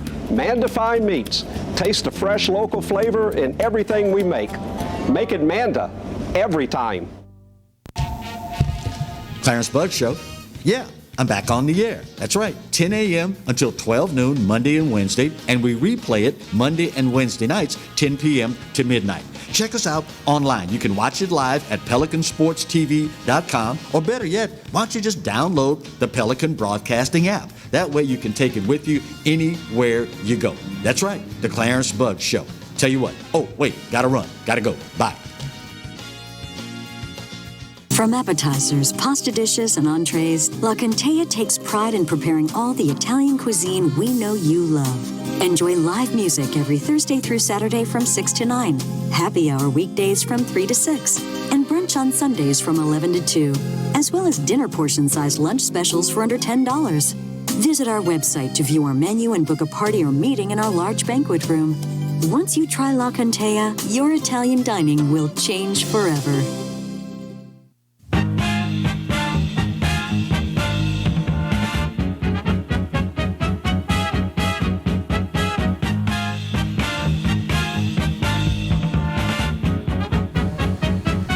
Welcome back, Exiles TV. Glad to have you with us as we come on up to the top of the hour. Again, replay tonight at 10 o'clock. There's a couple replays over the weekend. You can always watch us on YouTube, etc. Look for Pelican Broadcasting on YouTube, and we also throw up links to the program on the Morning Exiles page on Facebook. Talking with Kate Adams. You remember her from Sports Update with Kate. And Kate is also with the Louisiana High School Athletic Association. Are there going to be fans in the stands for high school sports this fall, or is that an open question now? Well, I don't think any official decisions have been made on that. It's really hard to tell because you're kind of trying to see what are other sporting events doing in this and like what are their styles. I experienced the no fans in the stands right at the beginning of the pandemic. Actually, the LHSAA basketball state championships were one of the last live games played in the entire nation. Oh, I remember that. And there were no fans in the stand. It was a very interesting, kind of eerie, different experience. I've never been involved in anything like that before because the only people cheering are literally the athletes on the bench cheering for their own team. It's hard for any of us to know because every day things change with this pandemic. New information comes out. We don't know if there's going to be another peak. No one can really tell exactly at this point. If there were fans in the stands, I would definitely think there would probably be a requirement of a face mask. There would 100% be social distancing. There would be a limit to the amount of people that can go in. But with the social gathering limits we already have right now, even with teams and players, you're exceeding those limits. And coaches and officials and everything like that. So you've got, it really probably depends on what the state and the nation allows for gatherings and the number of people.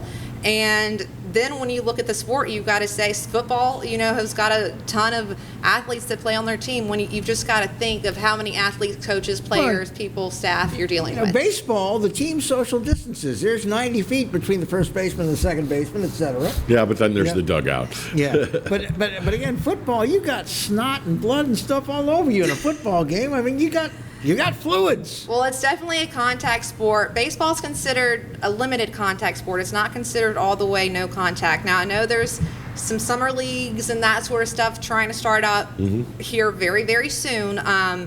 One clarification on that is if you are a high school student athlete and you participate on a travel team, you can't also participate on your high school baseball team. You can't do both. And these travel leagues that are starting up, I get it. Everybody is anxious to get back into the sport, but it's going to be really weird how they're doing this. It's going to be like only 2 people in a dugout at the time. The umpire will be standing behind the pitcher. It's just all this really they weird. have to hang back in the locker room until they're coming up in rotation? No way you can get enough adjusting and spinning in with just 2 people. Well, to me, it just doesn't even seem that exciting at this moment. And it's interesting to see how any of it will pan out. I mean, how will, the Saints release their schedule, but then I saw that the city of New Orleans said that they canceled all events for the remainder of the year. So they did. So what does that mean? I mean, it's all. Last time I checked, the Saints game is an event. It's a big one. It's a big one. Exactly. And so when are they going to tell us that 50% capacity in the Superdome? Or are they going to, you got to have 2 empty seats between you and the guy next to you? I believe Gail will have a meeting with Latoya the Destroyer. And I'm putting my money on Gail prevailing. And if something like that happens, I would imagine they've got their season ticket holders who have been ticket holders forever. Maybe they get first dibs. Maybe they don't get any dibs. Maybe it's only players and media and staff. I don't know how it will play out, but I know that building is expensive to run, so I think you'd want to get ticket sales and have people attend your event. I mean, that's how they make their money. Right. They're still paying at least half of that staff 7 figures. Correct. They got to make some money. I'm glad you brought up the Saints, though, because let's skip right to the pros. What are you thinking about the Saints for this fall? I mean, we're going to see some key changes. We're going to see more people handling the ball than just Breeze this year. Looks like they'll have 3 capable quarterbacks. What are you looking forward to? I am looking to. I just think they're going to have a successful season. I think the Saints did an excellent job in their recruiting. I know all Saints fans want to complain this and that. The Saints never draft LSU players, this and that. Well, that's not true because they drafted Will Clapp, who played at LSU, and some other guys. But their first pick, Pokey Gajan comes to mind. Right. And their first pick, Cesar Ruiz, who's a center coming from Michigan, that guy is an animal and a beast. I don't know if you've watched any footage on him, but I was just astounded when I was watching him. Saints also last week released Larry Wofford, and he was guard. The thing about Caesar is he is very versatile. So I believe that the Saints are going to start him immediately and put him in the position of guard, but they'll also use him in multiple other ways. And then as far as picking up Jameis Winston, he's been an interesting quarterback for Tampa Bay, but Sean Payton is always known to keep his players very disciplined and focused. And Jameis isn't a bad quarterback, so I think he'll be fine as backup. And but he seems a little loose. His emotions and this and that, and I think that might be something. I think he's got to tighten up his game, but also mentally he has to tighten up. He can't let his emotions drive him in his game and be a negative effect. And then with Taysom Hill, we've all seen what he can do. Right. He is just a stud in every way, shape, and form. I think we all sort of want to be Taysom Hill because I've never seen really many other athletes with the variety of talent that he can bring to the game. And I think that's where he's really helpful. But he's also proven that he can be a potential franchise quarterback maybe for the Saints in the future. Last year when we talked about this, we always talked about Breeze, and I would keep saying, is this his last season? So I'm going to ask you the question again. Is this his last season at quarterback, and is he going to move into something like maybe QB's coach or something like that? I think for Breeze, he's obviously, it's a year-by-year thing, and he's done this forever. Football is his passion. I feel like that's all he really knows. His kids love it. They come with him to practice. They interact with the other players. So he's still spending time with his family, and he wants another Super Bowl ring, and he wants to bring that to the city of New Orleans because he cares so much about it. And I think with the picks that the Saints made and the new players on their roster are going to help protect him. And it's just, we're going to kind of see a little bit of a different Saints team. And I think you got to be hungry for it when you really should have been Super Bowl champion these past few years again. Whatever he does, I will support his decision as long as he doesn't do a Tom Brady. Well, look, the NFC South is going to be scary with Tom Brady, Teddy Bridgewater, Drew Brees. I mean, there are some threats in the NFC South, so it's going to be dirty, and I am excited to watch that division this year.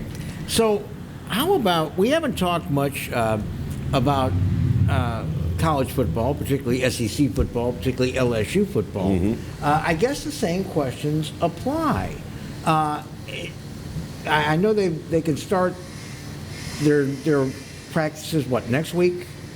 Well, on LSU, I know they just announced something about kicking things off Labor Day weekend to have a normal start with that. But they are definitely very eager. They're looking at next week with very limited, it's got all the social distancing things that we all have to do. Well, and they're also going to give them right? complete physicals. They're going to test everybody. Correct. Everything is about health and safety, CDC, this and that.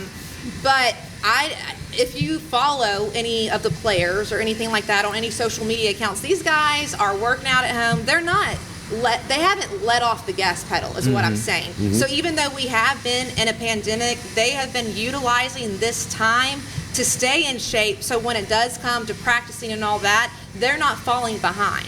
And I think, and that's what we saw from this past year's team, one of the greatest college football teams in history, is that the big difference on that team was those guys were willing to come to practice when they didn't have to. They put in extra hours when they didn't have to. They did everything extra and they just outworked everyone.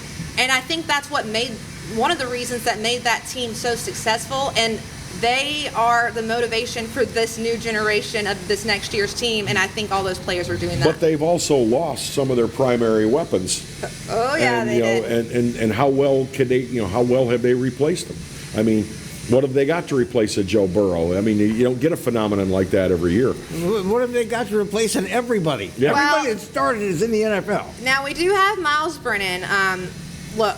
We've been waiting 3 years to see what this kid can do. Miles Brennan came out ranked so highly out of high school. A lot of expectations for this young kid. And then obviously Joe Burrow came in and Joe Burrow, we're not going to see another guy like him for 40 years. Maybe never.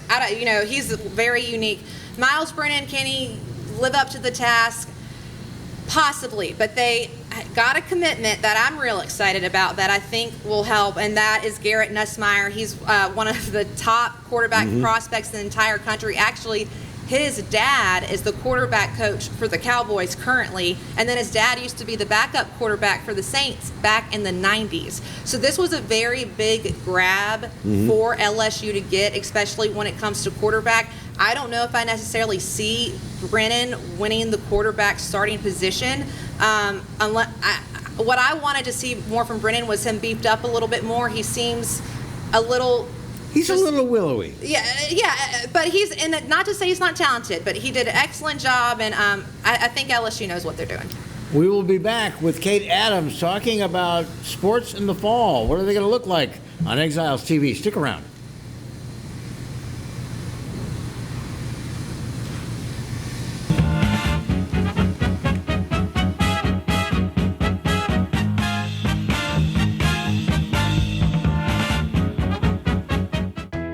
Furniture and Appliances, your dependable independent. Depend on us for service, for selection, for price. Get huge Whirlpool savings. Shop now and save on Whirlpool appliances throughout the store. Plus, experience our price match guarantee and ask about special financing. You can depend on the know-how of people who live appliances every day. Bolello's Furniture and Appliances. Your dependable independent with nationwide buying power.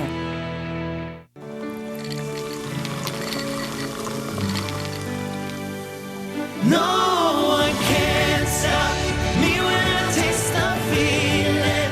Nothing could ever bring me down. Nothing could ever bring me down.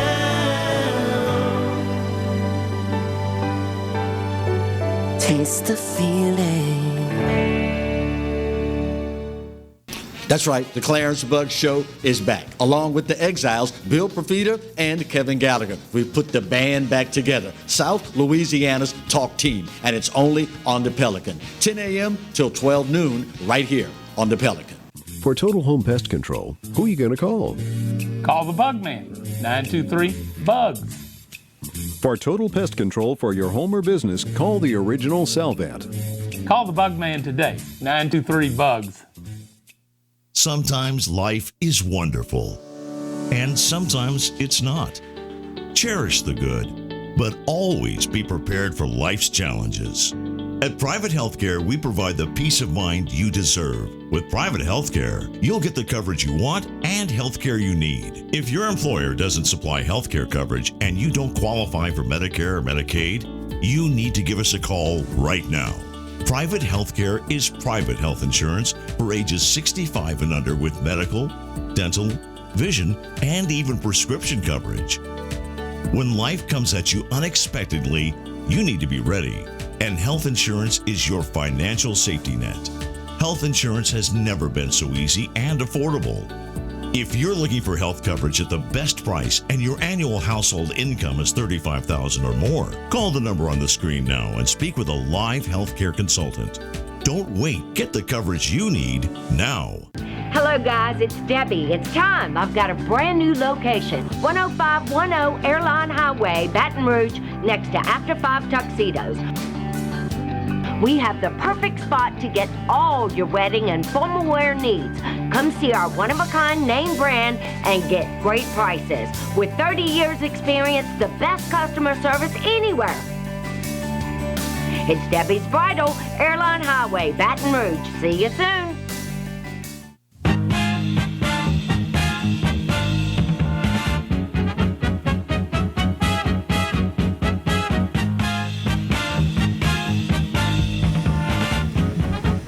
Exiles TV returns. I'm Kevin. He's Bill. In the center seat, Kate Adams. You remember her from Sports Update with Kate. Kate is with the LHSAA, and we're talking football. What's the shape of football going to be come fall? Are we going to be asking people to only attend football games at 50% stadium capacity or 25%? That's not realistic to me. Oh, and that's going to be a serious cash deficit. You want to talk about an economic tanking? Now, the SEC. They seem to be a little more rigid than some of the other conferences in their home office. They seem to be a little more rigid than the Big Ten, the ACC. Is it possible that the SEC commissioner will come out well in advance of when the season is going to start and make a proclamation and say no spectators at any SEC venue, or only 25% of capacity? And do they have the power? And how big will the revolt be in Tallahassee and Baton Rouge and Oxford and Athens and Tuscaloosa when he does that? Well, obviously, SEC is the most exciting to watch out of all college football. My answer to that would be the NCAA has a certain amount of power over these schools. So with the High School Association, for instance, we're under the NFHS, so that's the National Federation of High Schools. Mm-hmm. What they did when it came to this pandemic was really allowed each state to kind of make those decisions for themselves. Now, will the NCAA allow each of the different conferences to make those decisions? I'm not 100% sure if the NCAA has the power. I think they do have the power if they really wanted to, but I don't think that's their main focus. I think they would probably take a similar approach where they may allow each different conference to make those decisions for themselves. Now, the SEC commissioner is an interesting guy. He likes to enforce rules and do different things, and it will be, he lives in Alabama because that's where I'm from. That's where the SEC offices are. And we've never held that against you. Maybe, yeah. And it will just be interesting to see what his take will be on it. He knows how important the SEC is to everyone here, and if they do say no games, yeah, they're going to be revolts because people want their football. They need their football. I think it's just about finding a way to make it all work, and that way could be no fans in the stands and you can only watch on TV. That way could be we can only play at certain stadiums that have the space limits to give us the social distancing that we need. I mean, I don't really know what direction that they're going to go with it, but schedules have been released. People are talking about playing, and it seems as though they're kind of on the back burner and staying quiet a little bit right now. And the economics of it would be devastating. Just in the SEC, I would think that the only school that may get more money for research than they get from their football program is Vanderbilt, and that would be close. But I mean, Alabama, Georgia, Florida, Ole Miss, Mississippi State, LSU, those football programs are a huge funding mechanism for those universities. For the academic programs, yeah. They are also, by the way, a huge funding mechanism for Baton Rouge, Tuscaloosa, Alabama, oh, hell yeah. Athens, Georgia, Tallahassee, Florida. That's right. I mean, you want to talk about lose some economic impact in this city, cancel all the home games here. Well, football is all we have sometimes. I feel like in Louisiana, not all we have. We've got Mardi Gras and everything else, but football means so much to this community and this state. And it would be heartbreaking to not see a season either for the Saints or for LSU. It's also, in my opinion, fiscally unrealistic. They shouldn't. I really think that by fall, we should be on the downside of this thing, and we should start to think about how we're going to get back to normal. I don't like this new normal phrase that keeps bouncing around. I'm going to reject new normal and say we need to get back to old normal. And when you look at Baton Rouge alone, LSU football and its fiscal impact on the hospitality industry, just the hospitality industry alone, can't live without LSU football in the fall. Well, and let's talk about it. You know, I'm reminded of the speech that William Frawley gives to the judge in Miracle on 34th Street, when he's talking about ruling on whether or not there's a Santa Claus. And he says, yeah, and think about all those toys that are transported, all those trucks that are delivered by union members. You're going to be a real powerful guy. And then, no Santa Claus, the kiddies aren't going to hang up their stockings. The department store is going to be putting people out of work. Yeah, you're going to be popular with them too. The industry of SEC football is unrivaled in how big it is, and it's hard to absorb the hit because I think the largest SEC city is not even in the top 25 in the country, and that is Vanderbilt in Nashville. And they don't need a primary industry because they get plenty of tourism from the music business. But I mean, Athens, Georgia, Tuscaloosa, Alabama, Auburn, I went there once, it was closed. Tallahassee, you know, Columbia, Missouri, for God's sake. Baton Rouge is a shining metropolis compared to some of these cities. It is. You want to talk about taking it in the shorts? Good God. And here's another thing. If by some wild stretch of the imagination they should say a spectatorless season, which is just ridiculous to me. That's too fearful. Why bother opening the stadium at all? You could take the two teams and play in the practice facility across the street and get the same results. But Kate, my question for you is, if you do spectatorless season, how does that affect the performance of the team itself? A lot of these people feed off that roar, that crowd. Yeah. And when you make a great play and there's no reaction, come on. Well, I can tell you, I guess, from my personal experience at the beginning of this pandemic, how does it affect that athlete? their mindset, it does have an effect on them, because I know from speaking individually with all of those athletes, they all mentioned that in post-game interviews. This was an environment they're not used to playing in. They had to cheer on their own teammates, and Coach O probably said a gazillion times last year how thankful he was for Tiger Nation, because they were a huge part of really catapulting them and giving them those big wins that they received. All those Tiger fans screaming and shouting, and it's a totally different environment. So yes, it really takes away that fun aspect of sports out. I don't know if there's a way to do it digitally. Can you bring a certificate and say I'm COVID free and then go into the game? I mean, I don't know what you do, but we all want to be at a game, watching a game live in person, definitely not just from a TV. Well, and again, seriously, you cannot trust anything any fan would tell you about their status in Baton Rouge or in Tuscaloosa or in Tallahassee or in Athens. Most of them would sell their own daughter to Thailand to get into a big game. Well, so that could be true, because they are passionate about football. I'm gonna tell you that. I have never been to a regular season game in Tiger Stadium. You know why? Well, we're getting you in. When we figure it out, if they're spectators, I couldn't find a cosign for the tickets. We're gonna get you in. Would you mind carrying this broom? I've been to the spring game plenty of times. I've never been to a regular season game in Tiger Stadium. And I worked for a company for 5 years that had a suite, and they never invited their air staff into the suite. Gordy, I got invited. Well, I got invited. When we do go into Tiger Stadium this year, though, it will look different. They've got new field, and it's going to be purple. No. Yes. Are you serious? We're Yes. gone They're to going to have purple turf? That's right. That's why they gave all that field away. Remember, after the championship? Well, I just thought that they were getting new turf. Is this going to be real turf that's dyed, or is this going to be artificial turf?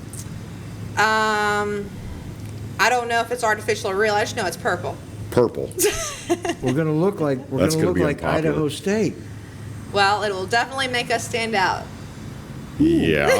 Well, I wonder what that does. I don't know how I feel about that. I wonder what that does to TV cameras, because, again, SEC, every game is televised somewhere. That's right. I wonder what that's going to do to TV cameras. Well, it'll catch viewers' eyes. Well, but the guys in the truck will be like, ow, my eyes. you balance your cameras to basically 30% gray, and real grass is very close to 30% gray. We're going to take one last commercial break, and then we're going to be back, wrap up Exiles TV with our guest, Kate Adams, coming up in just moments. Please stay right there.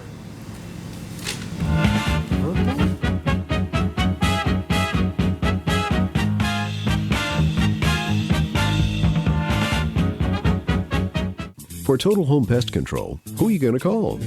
Call the Bug Man, 923-BUGS. For total pest control for your home or business, call the original Salvat. Call the Bug Man today, 923-BUGS. Hi, I am Dr. Farrell Frugier Jr., and I am a general dentist at Frugier Family Dentistry. I was born and raised in Baton Rouge, Louisiana. I went to Catholic High School, LSU, and LSU School of Dentistry in New Orleans, where I received my DDS degree in 1986. I always have and will continue to be committed to continuing my education, to invest in technology which makes the diagnosis and delivery of dentistry more thorough, more comfortable, and more aesthetically pleasing. In our practice, we are here to serve the patients. We want to improve their quality of life and to develop relationships with our patients. In dentistry, we have a chance to impact lives on a daily basis, not just by doing dentistry, but by getting to know them and being a part of their life. We also believe in giving back to our community. So every year, we give back to the Greater Baton Rouge Food Bank, Toys for Tots, and Mary Bird Perkins Cancer Center. Please stop by and visit our office. We would love to take care of you and your family. Hello guys, it's Debbie. It's time. I've got a brand new location. 10510 Airline Highway, Baton Rouge, next to After 5 Tuxedos. We have the perfect spot to get all your wedding and formal wear needs. Come see our one-of-a-kind name brand and get great prices. With 30 years experience, the best customer service anywhere. It's Debbie's Bridal, Airline Highway, Baton Rouge. See you soon. Clarence Bug Show. Yeah, I'm back on the air. That's right, 10 a.m. until 12 noon, Monday and Wednesday, and we replay it Monday and Wednesday nights, 10 p.m. to midnight. Check us out online. You can watch it live at PelicanSportsTV.com, or better yet, why don't you just download the Pelican Broadcasting app? That way you can take it with you anywhere you go. That's right, the Clarence Buggs Show. Tell you what, oh, wait, gotta run, gotta go, bye.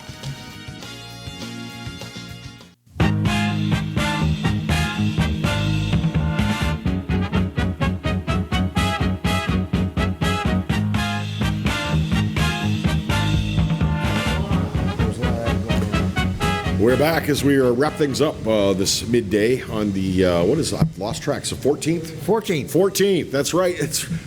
We're free at last, starting tomorrow.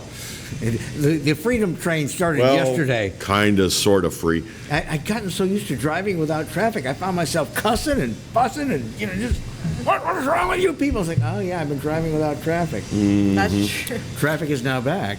Our guest has been Kate Adams, and Kate is with the LHSAA, and Kate was a valued member of our team on our morning show for quite some, it's a long time. I can't remember how many months, but we were talking about you just the other day when you were running our program from the control room.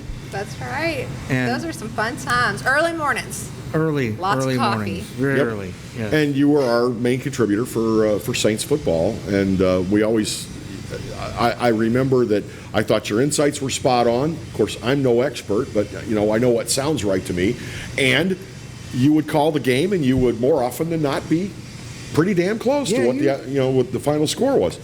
So I think your hit miss was probably about 90% correct. Well, so we're very short on time here, so not to get into any more what ifs and all that throughout the spectrum of football, because I think we got that covered.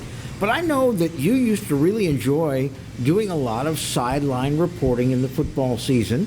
Is that something you're thinking about? Do you have time for it with your current employment to do sideline reporting?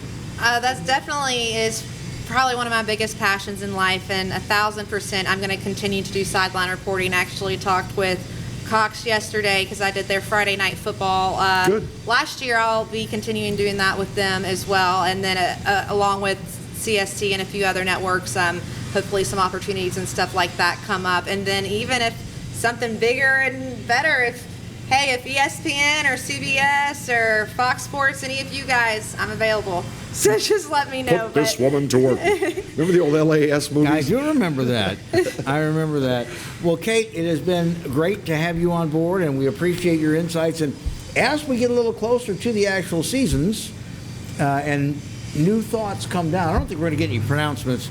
We're going to ask you to come back with us if that would be okay with you. I would love to come back. I enjoy spending time with y'all, and it's like a reunion of the morning show again. It is. Well, get the band back together. Speaking of morning shows, don't forget Morning Exiles podcast tomorrow morning on Facebook Live on the Morning Exiles page, and then later on YouTube as well. And we'd love to have you listen to that. We crank it up just a couple of minutes after 8 every Wednesday and Friday morning, and we'll have a lot to talk about tomorrow, I'm sure. Yeah, we may actually be able to get right back to 8 sharp because there's going to be reopenings, and we'll be able to get into La Divina earlier because during the shutdown it was about a half hour later than normal. And I love watching those too. I watch them every morning. So everybody, seriously, tune into that. Well, thank you for that. Tell your friends. And again, remember, if you want to see this again, if you missed some of the finer points of either Uncle Roy or Kate, it is on 10 o'clock on these very same stations from 10 till midnight. In the meantime, we wish you well, stay safe, have a good day, and we'll be back with you on TV on Tuesday. God bless. You take care of yourself. Bye-bye.